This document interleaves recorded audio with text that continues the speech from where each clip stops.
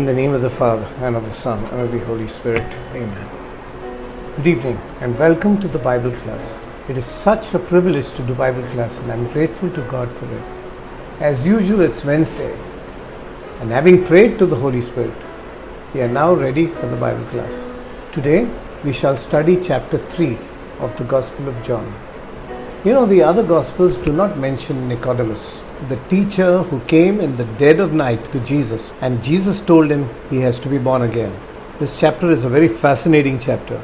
You know, Nicodemus was a wealthy man. We know that he was rich because you remember when Jesus was being laid in the tomb, he bought 100 weight of aloes, so that Jesus could be embalmed.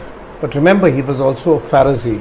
That means he was one of 6,000 people in the whole of Israel who were called the Pharisees. Pharisees means the separated ones. You can see, if you don't know, if you've not seen it, you must see Bible Study 3. It's about the scribes, the Pharisees and the Sadducees. You must see that. You'll get a fair idea about these, of the Pharisees, the scribes and the Sadducees. And you'll know the dynamics that was prevalent during those days, during the time of Jesus. Now, not only was Nicodemus one of 6,000 Pharisees, he was also a member of the Sanhedrin. The Sanhedrin, like your parish council, they had 70 people in all, and Nicodemus was one of them. So he was a sort of a ruler of Israel. The Sanhedrin was all powerful before the Romans came in. And once the Roman Empire came in, they had secondary role, but nevertheless they were quite influential in matters of Jewish faith. Add to that, being a Pharisee, Nicodemus was pickled in the law. And you know what they did to the law, the 10 commandments? They expanded it in such a way that every little nuance of the 10 commandments and from the book of Deuteronomy and the book of Numbers, they just took it and multiplied all those laws. So religion for the Jews became nothing about God, but all about rituals. I've already told you, if you see that Bible Study 3, you'll realize it is very comical. It's very fascinatingly comical. The 10 commandments said, honor the Sabbath and keep it holy. Now, how do we do that? It wasn't explicit. It wasn't explained perfectly. So there were little things that were cropping up. So they added all these rules, to make the Sabbath holy. You could not lift a load, And what is a load? A weight of one swallow of milk. Whether a lame guy could put his wooden leg on or could carry his crutch. They were not allowed to tie any knots on the Sabbath. You tie up things, you could not tie. But if this rule was followed, then what about the women? They had to tie up their nadas, their girdles that they were wearing around their waist, like their ghagra or whatever. That nada had to be tied, so that was exempt. Now, when they went to a well, they had to tie it around the woman's girdle, that is around her waist, because that knot was allowed. The woman would go back and forth till that pot or that bucket was filled up in the well. And then she would walk over the pulley, the rope would come and she would walk away from the well and the water would be drawn. So most of this was all cheating and all rituals, This was not about God. So let's go into chapter 3 and see the interaction between Nicodemus and Jesus. Now there was a Pharisee, a man named Nicodemus, who was a member of the Jewish ruling council. He came to Jesus at night and said, Rabbi, we know that you are a teacher who has come from God, for no one could perform the signs you are doing if God were not with him. Jesus replied, very truly I tell you, no one can see the kingdom of God unless they are born again. How can someone be born when they are old? Nicodemus asked. Surely they cannot enter a second time into their mother's womb to be born? Jesus answered, very truly I tell you, no one can enter the kingdom of God unless they are born of water and the Spirit. Flesh gives birth to flesh, but the Spirit gives birth to spirit. See, Nicodemus came to Jesus because he was curious. He had seen all the miracles that Jesus was performing, quite a lot of them. We said that in the last chapter, right? Towards the end of the last chapter. He says an ordinary man cannot do all these signs which Jesus is doing. So I must go and ask him. So he was very curious. So what does he do? He goes to Jesus in the dead of night. So why does he go to Jesus in the dead of night? Is he afraid? Maybe. But Pharisees had a thing about the night. They always said that any discussion or any study, if done in the night, it is enhanced. So maybe he came because of that. But when he came to Jesus, what did Jesus tell him? Jesus told him, no one can see the kingdom of God unless they are born again. Now what is this that Jesus is telling him? Remember, Nicodemus is a Pharisee. As I said, he knows all the rules and the laws. So Nicodemus asked Jesus, how can someone be born when they are old? Surely they cannot enter a second time into their mother's womb. When he says that, that's a very funny thing that Nicodemus is asking. That's the problem with all of us. Once we have set our minds on things, it's very difficult for us to be taken out from that mindset. He was a Pharisee. For him to understand what Jesus was talking is very difficult. Nicodemus very well knew the meaning of born again. I'll tell you why. I'll explain to you. When a person who was not a Jew wanted to become a Jew, he had to be cleaned. I will not use the word baptized because in the Old Testament the word baptized does not occur. It's about cleansing. The Jews themselves never had to be baptized, never had to be cleaned because they were born in the faith. But somebody who wants to be converted as a Jew had to be cleaned completely from tip of the hair to tip of the toe. You know why he had to be dunked like that? If a criminal, he's committed a crime and there are so many cases going against him, going on in the courts, and suddenly that man dies, what happens to all those court cases? They are gone. The court cases are all closed because this man is dead. Whom are you going to prosecute now? Whom are you going to punish? A dead man? You understand? So it was with baptism. When they were immersing that proselyte or that new convert completely in the water, it was as if you were absolving him or her of all the sins that that person might have committed, including original sin. You understand? So when you were dunking the person right inside, it was like you were killing him to his old self. And when you were raising him up again from the water, he was being born again. That is the meaning of this baptism that we have. Even for us, when we are baptized, all our original sins and our sins of our genetic sins, are like the sins of Adam and our parents are all taken away. And we are born again. So that's the principle, and Nicodemus knew this, but yet he is asking, how is it possible? So what does Jesus tell him? Jesus answered, very truly I tell you, no one can enter the kingdom of God unless they are born of water and the Spirit. Flesh gives birth to flesh and Spirit gives birth to spirit. Now look at this.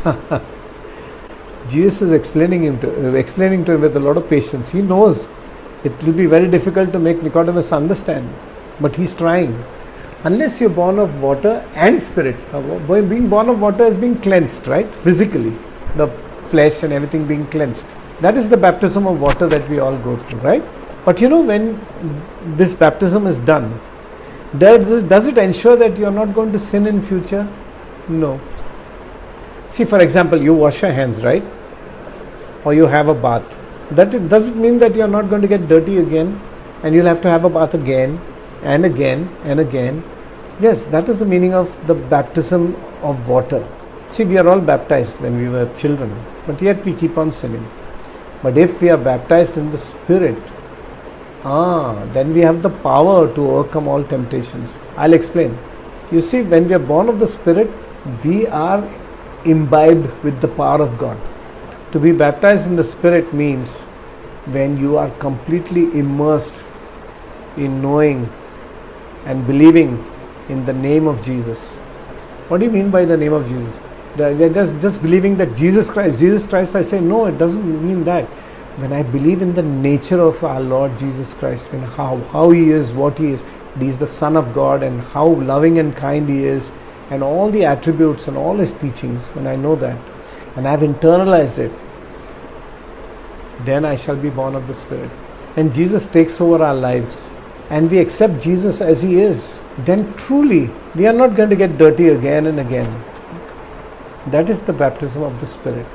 So that is what is being born again. Being born again truly means not the baptism of water, the baptism by the Spirit, because that is metanoia. That is when we have a new heart. Like Ezekiel, in Ezekiel it goes on again, that I shall give you a new heart. Yeah, that's what happens to us. So unless we are born of water and spirit, no one can enter the kingdom of God. Now, what is the kingdom of God? We know that the kingdom of God is heaven. But is God only restricted to heaven? See, heaven is a non-physical place. God's kingdom is all over, not only heaven but also earth. So how do you define God's kingdom, the kingdom of God? How do you define it? In the Our Father, we have a clear definition of the kingdom of God. Your kingdom come. Okay? Your will be done on earth as it is in heaven. That means God's kingdom is a place where His will is done. As it is being done in heaven, also here on earth. But this kingdom of God, how can we get it? When we do the will of God. When we do what our Lord Jesus has guided us to do. When we do the will of God. But how are we able to do the will of God when we listen to Jesus? Because Jesus, in chapter 1, He said that we are adopted. We are adopted as sons of God. When we truly believe we are sons of God, we will not hurt our Father. As I said, when I was a young boy, with my mother around, I would never do any of the mischief. So, the person who can enter the kingdom of God is one who is in the Spirit and who does the will of God because he is in the Spirit and because he knows, he believes that he, like Jesus, is the Son of God, adopted Son of God. And he knows that he is in the kingdom of God.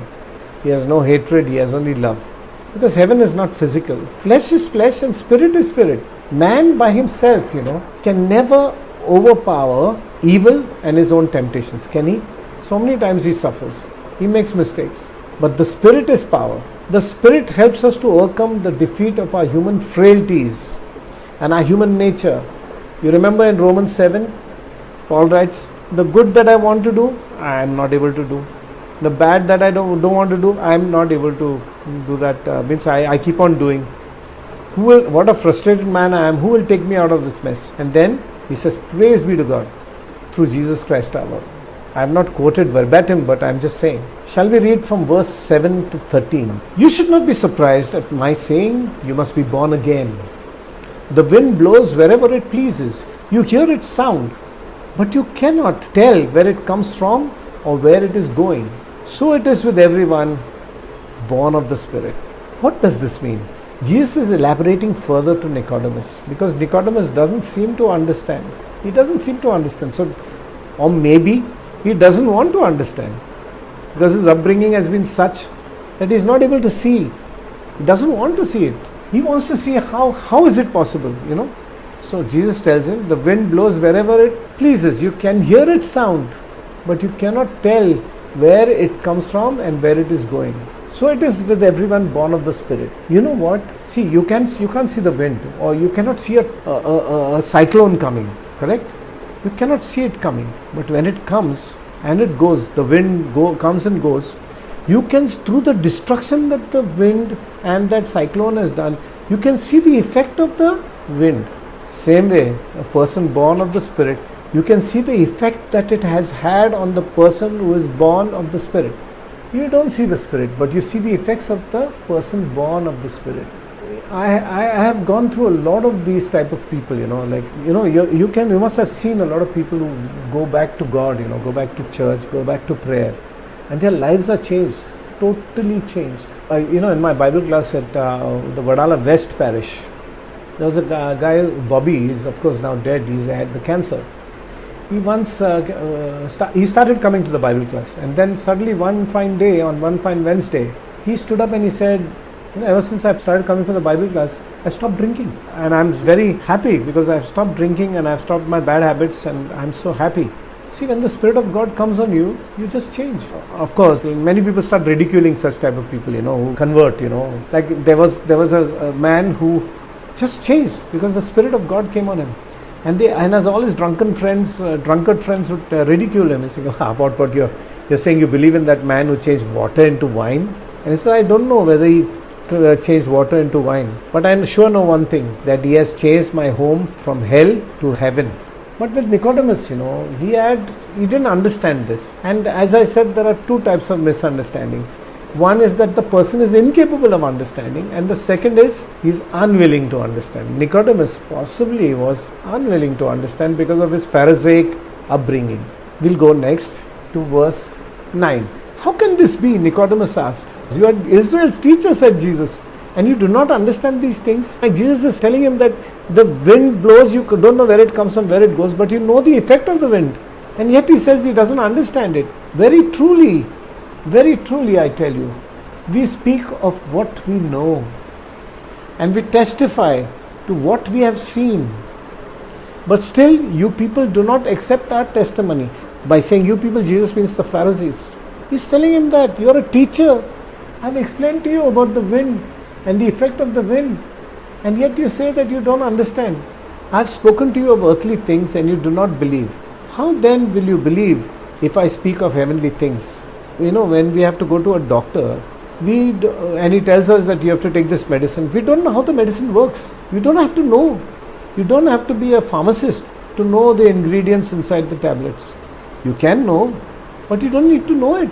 And yet you take the tablet and you feel good. When you feel good, you know it works. So it works. You don't have to, when you use a computer, you don't have to know how it works.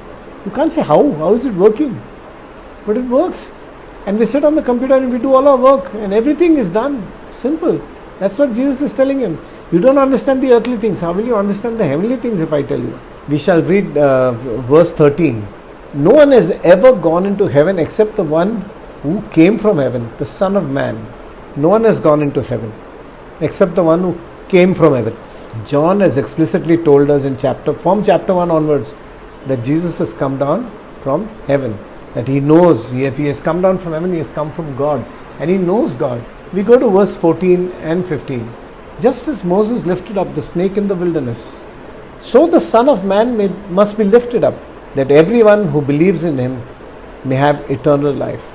In the book of Numbers, chapter 21, verses 4 to 9, the Israelites were meandering in the desert and, they were suffering. So they started complaining bitterly and they said it was better if we had stayed back in Egypt. And they started complaining.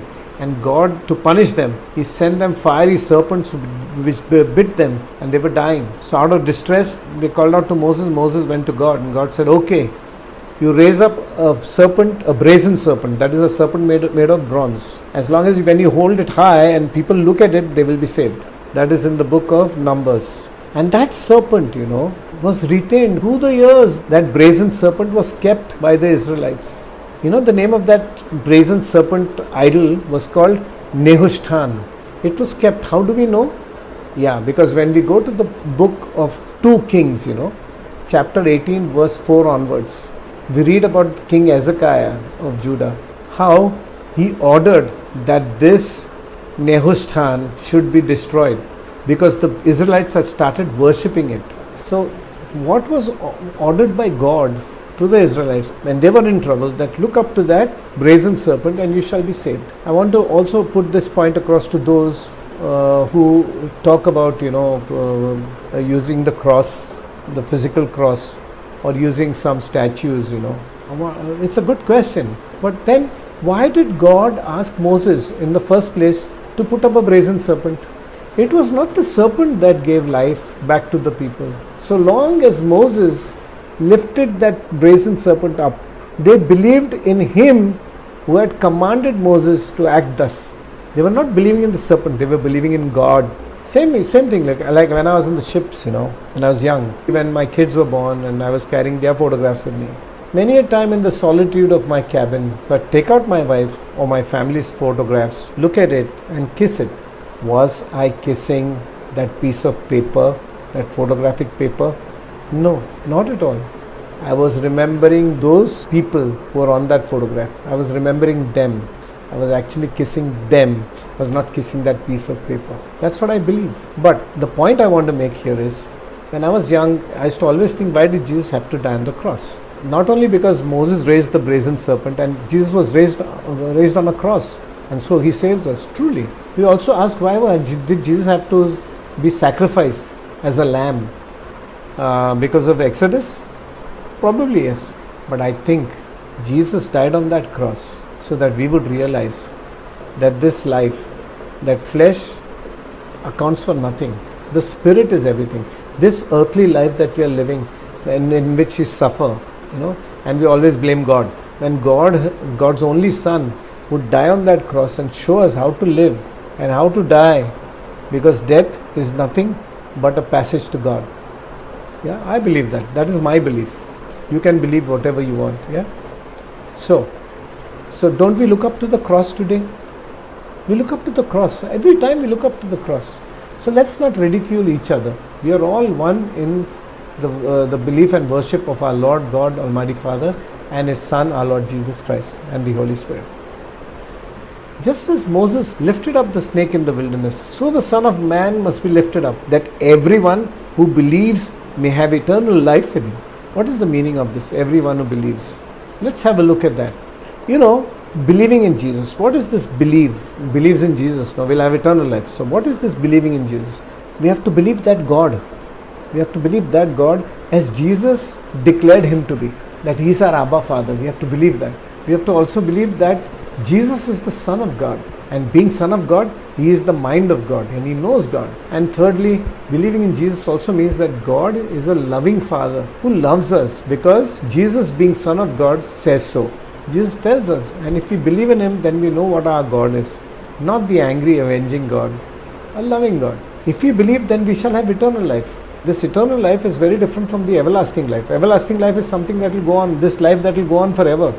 Imagine if we were living very long, life would be miserable for us. Eternal life is where there is no time. Everlasting life is when there is time but unlimited.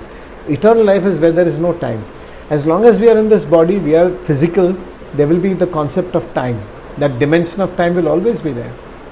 But once we are dead, the concept of time is gone. We are eternal. Our soul is eternal. Let's go into verse 16. For God so loved the world that He gave His one and only Son, that whoever believes in Him shall not perish but have eternal life.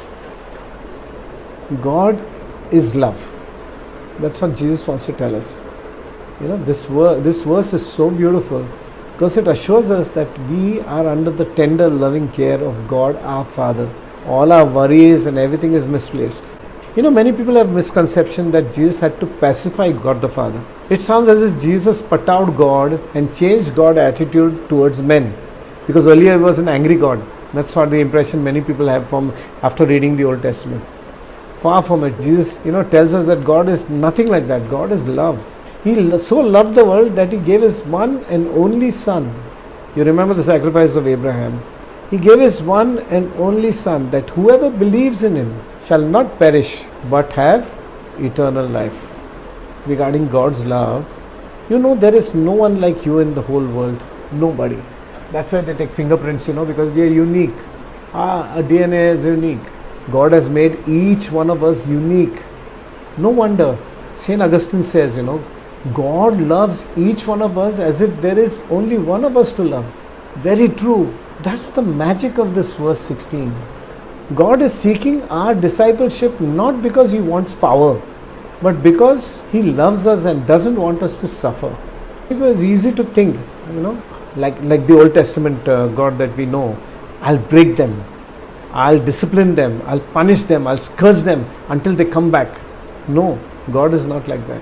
Now we have evolved in the New Testament. During Jesus' time, people had evolved to understand God better. That's why God's nature is being revealed through evolution. See, that verse 16 says, God so loved the world. It doesn't say God so loved Israel or God so loved this nation. It does not say God so loved this race. It does not say God so loved good people. This verse says God so loved the world. See, He makes His rain fall on good as well as bad people. He doesn't differentiate among us. That's what God is. We'll read from verse 17 to 21. For God did not send His Son into the world to condemn the world, but to save the world through Him. Whoever believes in Him is not condemned. But whoever does not believe stands condemned already, because they have not believed in the name of God's one and only Son. This is the verdict. Light has come into the world, but people loved darkness instead of light, because their deeds were evil.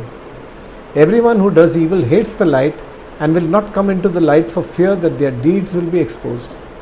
Whoever lives by the truth comes into the light, so that it may be seen plainly that what they have done has been done in the sight of God. Now you might say, Arey, just now in verse 16 it was all about love, and from verse 17 to 21 we are talking about condemnation. Remember, these words that have been uttered now are John's words, John the Gospel writer, not Jesus' words. God did not send his son to condemn. No. But he who does not believe is already condemned. Now what does this mean? This paradox. See, you take your friend to the opera. You say, come, we'll go, and there's an opera that's come to town from abroad. It's a very famous opera. Let's go and see it. And your friend comes along. He always has said he loves music. So he comes with you to the opera and he sits next to you, and as the opera is going on, he starts fidgeting all over the place because he doesn't like it. What has he done? Has he condemned the opera? No. He's condemned himself that doesn't like music. Or the wayward friend. You tell your wayward friend, Arey, you're drinking too much, you're neglecting your family, you're spending too much on liquor, you better take care of your family and all that. And your friend just disregards what you tell him. You have not condemned your friend. He has condemned himself when he doesn't listen. Or if a person goes to an art gallery, and he goes and he looks at all those classic paintings that cost a fortune, millions of dollars. He looks at all those wonderful paintings. He looks all around and he looks at it and he looks in disdain, and he tells one of the art gallery attendants, I don't think much of your old pictures. They are all very old and they don't look good. The attendant listens to that and he realizes this fellow doesn't know anything about those wonderful paintings. And he says, Sir, I'd like to remind you, these pictures are no longer on trial, but those who look at them are. So Jesus has been telling us how if we believe in him, we shall get eternal life. So if we don't listen to him, we are actually condemning ourselves. That's what this passage means. It is not God who has condemned man. God only loved him. The man has condemned himself. Years ago I remember when the movie Three Idiots came, I watched it early, and then afterwards I was just browsing through my computer and I saw one of the reviews written by one guy called Raja Sen. He derided that movie and he trashed that movie so badly. It was so comical. If you read it today, it is so comical. Raja Sen condemned himself by doing that, because that movie Three Idiots went on to be one of the best movies of all time among Hindi movies. So that's how it is. That's how we condemn ourselves. Let's read from verse 22 to 30. John testifies again about Jesus. After this, Jesus and his disciples went out into the Judean countryside, where he spent some time with them and baptized. Now John was also baptizing at Aenon, near Salem, because there was plenty of water and people were coming and being baptized. This was before John was put in prison. An argument developed between some of John's disciples and a certain Jew over the matter of ceremonial washing. They came to John and said to him, Rabbi, that man who was with you on the other side of the Jordan, the one you testified about, look, he is baptizing and everyone is going to him. To this John replied, a person can receive only what is given to them from heaven. You yourselves can testify that I said of him, I am not the Messiah, but I am sent ahead of him. The bride belongs to the bridegroom. The friend who attends the bridegroom waits and listens for him and is full of joy when he hears the bridegroom's voice. That joy is mine, and it is now complete. He must become greater, I must become less. See, when you read this, you realize the humility of John the Baptist. He is so humble, and he is not jealous, he is not envious. When his disciples are saying, look, he is baptizing and everyone is going to him. So John the Baptist doesn't feel jealous. No, he says no. He says the bride belongs to the bridegroom. The friend who attends the bridegroom waits and listens for him and is full of joy when he hears the bridegroom's voice. John is expressly writing this because the heresies, you remember the heresies I told you in the introduction and chapter 1? Many of these John the Baptist followers who had this cult of John the Baptist, they believed John the Baptist was probably as great as Jesus, or maybe greater than him. And remember, John the Gospel writer earlier was a disciple of John the Baptist. He was there, you remember, when Jesus was going and John the Baptist said, look, the Lamb of God. And these guys, John and Andrew, started following Jesus. You remember, we had done that earlier. So John knows what John the Baptist has said, whereas the other Gospel writers did not know this. So John is writing this, and he's writing this to remind the cult followers that, see, this is how it was. I was there. We'll read further. Verse 31 to 36 is not spoken by John the Baptist, but is written by John the Gospel writer. See what he writes. The one who comes from above is above all. The one who comes from the earth belongs to the earth and speaks as one from the earth. The one who comes from heaven is above all. He testifies to what he has seen and heard, but no one accepts his testimony. Whoever has accepted it has certified that God is truthful. For the one whom God has sent speaks the words of God, for God gives the Spirit without limit. The Father loves the Son and has placed everything in his hands. Whoever believes in the Son has eternal life, but whoever rejects the Son will not see life, for God's wrath remains on them. Of course, John is writing this for the Greeks, but also for the Jews. And when he says that the one who comes from heaven is above all, he testifies to what he has seen. That is the Logos, the mind of God. See, generally, if you want to know, get some information about a family, you can get it only from a family member, right? If you want to get information about a particular parish, you'll get to know it from a parishioner, right? From of that parish. And if you want to get information about God, you can only get it from his Son, Jesus. That's what John, the Gospel writer, is saying there. Because Jesus alone knows God. He alone can give us facts about God, and these facts are the Gospel. That no wonder we call it good news. This is what Jesus tells us about God, and that is the good news of the Gospel. And finally, John, the Gospel writer, sets before us two choices, life or death, in the last verse. Life if we believe in the Son, and death if we ignore him. So that's what John is saying. Even if we choose wrongly, even if we choose death, even if we choose wrongly, that is, God still loves us. And he is waiting for us. He is waiting for us who have behaved like the prodigal son. For God is love and will be loved forever. That's what Jesus told us about God. This is the essence of chapter 3. So to summarize today's class, Nicodemus, a Jewish leader, comes up to Jesus at night. He is certain that Jesus is a man of God. Number 2, Jesus tells him that unless one is born of water and the Spirit, he cannot enter the kingdom of God. 3, Nicodemus' prejudices as a Pharisee prevent him from understanding Jesus. 4, God is nothing but love. That is why he gave his only Son, so that those who believe in him might not perish but have eternal life. Number 5, when John the Baptist's disciples tell him that his people are now following Jesus, he is not envious but in all humility truly happy. And last, 6, since Jesus is the Son of God, only he can tell us about God, for no one has ever seen God. Jesus is the mind of God.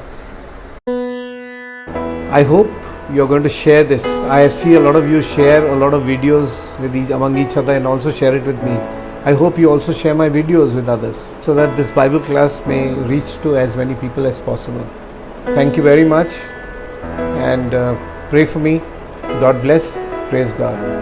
In the name of the Father, the Son, and the Holy Spirit. Amen.